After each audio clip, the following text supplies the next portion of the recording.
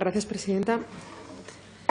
Alguien podría preguntarse por qué Asturias necesita planes de empleo si los datos contados en bruto dicen que lo que abundan son los contratos, que el mercado laboral asturiano genera cada mes una media superior a las 25.000 contrataciones.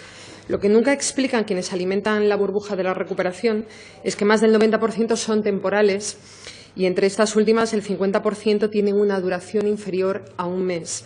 De este último tipo son muchos de los trabajos que en diciembre sacaron del paro a miles de asturianos y que en enero finalizaron, como sucede cada Semana Santa o cada verano. La población necesita vivir 12 meses, pero las mujeres necesitamos trabajar más de 15 para ganar, en promedio, el mismo salario que los hombres. La brecha salarial, si se tiene en cuenta la ganancia media anual, aumenta al 27,3%, la tercera más alta del Estado. Contratos sobran. Trabajo, como bien sabemos las mujeres, también. Lo que escasea es el empleo de calidad, el reconocimiento de tareas invisibilizadas y el apoyo a quienes han sido golpeados por la crisis. La mitad de las 86.328 personas inscritas en el Servicio Público de Empleo no tienen ningún ingreso, una vez agotados los subsidios del magro sistema de protección. Y la situación no mejora para las personas más jóvenes ni para quienes más cerca están de la jubilación. Asturias tiene una tasa del 35% de paro entre menores de 25 años, más del doble que la media de desempleo. Y las bajas cotizaciones no hacen más que retrasar la edad real de jubilación, algo que afecta en especial a los mayores de 55 años. Las tasas más elevadas de desempleo son las de algunos municipios de las Salas y especialmente las de los municipios pertenecientes a las comarcas tradicionalmente mineras, a pesar de los ingentes recursos inyectados. La disparidad territorial no ha parado de aumentar. Para ninguno de estos problemas han sido solución solvente los planes locales de empleo, por más que no hayan faltado en cada acuerdo de concertación social. Ni ahora ni antes han servido nada más que como elemento paliativo, como un balón de oxígeno en un momento de desesperación. La Administración ha carecido de la ambición necesaria para utilizarlos junto con la introducción, por ejemplo, de cláusulas sociales en la contratación pública, lo que hubiese abierto un poco más el abanico de fórmulas de inserción más amplia, jugando un papel de corrección en desigualdades. Y tampoco se ha querido utilizar como un mecanismo de solidaridad intergeneracional ni de cohesión territorial. En lugar de afrontar esa brecha territorial en materia de empleo con una planificación global, se ha jugado en tiempo de bonanza para reforzar redes clientelares en el ámbito local, en tiempos de bonanza y como combustible para el enfrentamiento y la competencia entre municipios en momentos de recesión. Estamos de acuerdo en que no cabe desechar los planes locales de empleo como herramienta, pero se hace imprescindible preguntarse por su eficacia, más aún cuando su implementación ha desembocado en dilatados procesos judiciales y costosas sentencias para las arcas municipales.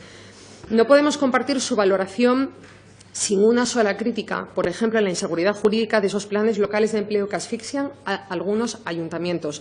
Por un lado, los trabajadores reclaman la diferencia de categoría y, por otro, no es posible individualizar el trabajo, hacerlo autónomo, configurarlo de forma independiente para ajustarse al contrato por obra y servicio, que es la modalidad de contrato laboral que se está utilizando en los planes locales de empleo. Piden ustedes la elaboración y presentación de un informe jurídico que analice las sentencias de los juzgados y tribunales de lo social de los últimos años en Asturias, referidas a estos contratos. Yo les diré que ya hay esos informes. Están guardados en un cajón. Hay un informe del Servicio Jurídico del Principado de Asturias y hay un informe pagado a una consultora externa. La directora del SEPEPA esta semana escurría el bulto y no era muy clara. Hablaba de meras consultas, pero esos informes les puedo confirmar que existen y que están guardados. Estamos esperando a ver cuándo se comparten con los ayuntamientos. Le comentaba que la directora del SEPEPA habló de algunas consultas y me hace muchísima gracia porque yo le preguntaba por las conclusiones y ella dijo, exactamente dijo, son seguros, ejecutables y el margen de mejora está en el INTE. Que se lo vayan a contar a los ayuntamientos. Que se lo vayan a contar a los ayuntamientos. Reconociendo el beneficio social que han supuesto, no podemos dejar de expresar desde nuestro grupo parlamentario nuestra preocupación por la inadecuada utilización de un buen número de esos planes de empleo. Y tampoco estar de acuerdo, tengo que decírselo, con lo que ustedes llaman innegable función de inserción laboral. No hay datos que así lo demuestren. Ha sido nula o muy escasa y no hay ningún estudio en el que se haya probado ese efecto positivo en la inserción laboral. También hay una generalizada falta de evaluación de resultados. La única evaluación que se realiza es en términos de contratación, porcentajes de inserción de participantes, pero no se analiza la causalidad. Y cuestionamos lo que ustedes comentan. Lo cierto es que se deja abierto, porque es para un estudio, lo comentan ustedes en su punto 5, la ampliación de contratos más allá de un año. Si es más de un año, ya es una tarea habitual de la Administración, y si es una tarea habitual, no puede ser a través de contratos temporales, sino por cobertura de plazas de empleo público. Sí que estaríamos más de acuerdo en medidas como ofrecer salarios más elevados, y algún ayuntamiento ya ha ofrecido planes de empleo con esas características.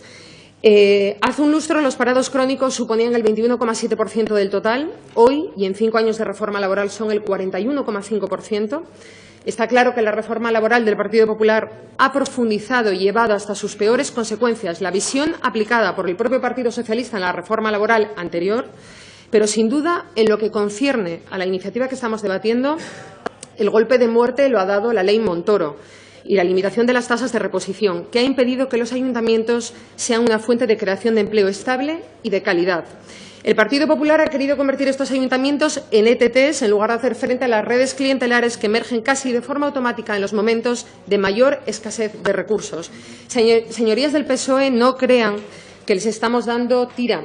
Ustedes han aplicado más en compartir la hoja de ruta con el PP que en disimularlo. Basta comprobar los deficientes niveles de ejecución presupuestaria del Servicio Público de Empleo para desmontar su argumento de que se trata de un problema de recursos. Se lo voy a recordar, un 39% de crédito obligado a 30 de noviembre por parte del Servicio Público de Empleo. Ese dato es muy grave. La gente ha decidido ponerse en marcha, desde quienes madrugan para enviar o entregar currículums hasta quienes deben pensar en fórmulas valientes para poder ofertar planes de empleo que realmente nos acaben convirtiendo en un problema. Nadie entendería que ustedes se quedaran parados, mucho menos señalando a quienes tratan de hacer algo y salir adelante. Gracias.